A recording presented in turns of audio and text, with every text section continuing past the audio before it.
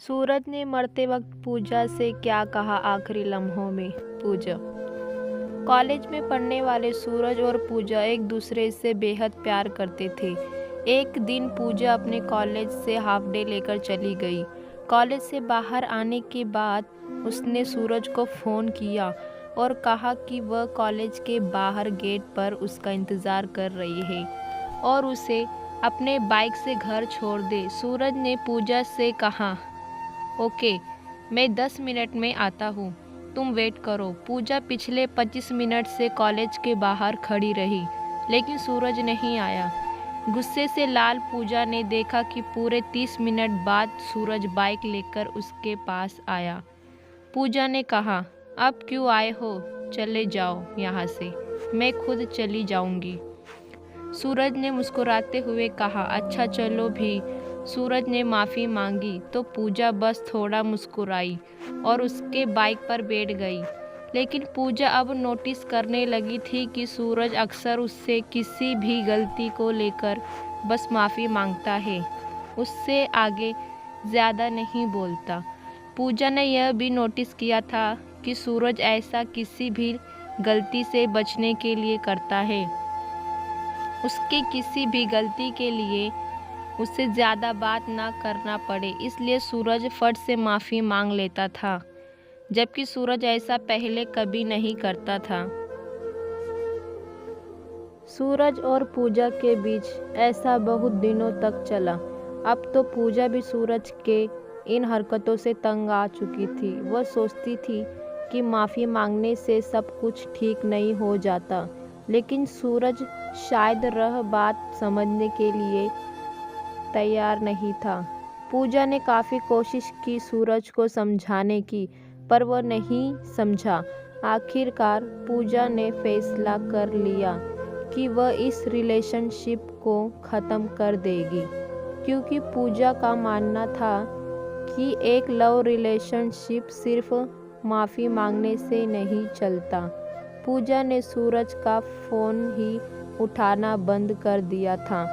इस बात को 2 महीने बीत चुके थे, लेकिन पूजा सूरज से इतना प्यार करती थी कि वह उसे भूल नहीं पाई। फिर एक दिन पूजा सूरज से मिलने के लिए उसके कॉलेज के बाहर उसका इंतज़ार करती रही, जहां उसे पता चला कि सूरज 3 सप्ताह से कॉलेज नहीं आया। पूजा घबरा गई। उसने सूरज को फ़ोन लगाया तो उसका नंबर भी बंद आ रहा था। घबराई हुई पूजा सूरज के बेस्ट फ्रेंड के पास गई।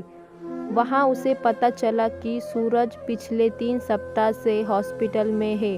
पूजा भागती हुई सूरज के पास पहुंची, जहां उसने देखा कि सूरज बेड पर लेटा हुआ है और बड़ी मुश्किल से वह कुछ बोल पा रहा है।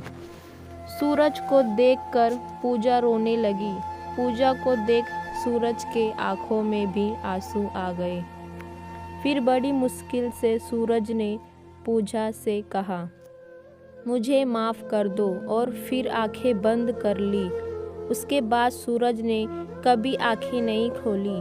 कुछ दिनों बाद सूरज की माँ उसके कुछ लेटर लेकर पूजा के पास आई।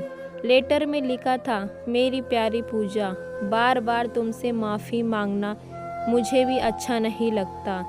जब तुमने कॉलेज के बाहर 30 मिनट तक मेरा इंतज़ार करती रही, उस दिन मैं जानबूझकर लेट नहीं आया था, बल्कि उस दिन मेरे सीने में बहुत दर्द हो रहा था और जिसके वजह से मैं अचानक ही बेहोश हो गया, और जैसे ही मुझे होश आया मैं तुम्हारे पास आ पहुंचा।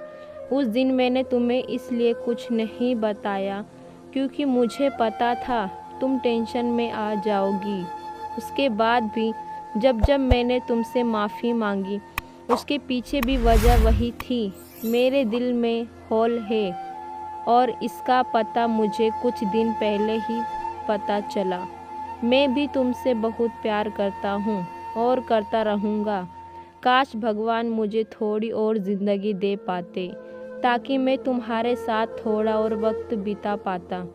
खैर, मेरे माफ़ी मांगने की वजह से अगर मैंने तुम्हें दुख पहुंचाया तो मुझे माफ़ कर देना।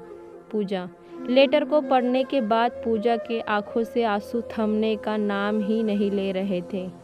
दोस्तों, इस दर्द भरी कहानी से हमें हमेशा अपने करीबी और प्यार करने वालों को समझने और समझाने के लिए, वरना कहीं देर ना हो जाए और आप खुद को दोष देते रहे। तो इस कहानी से आपको क्या सीख मिली?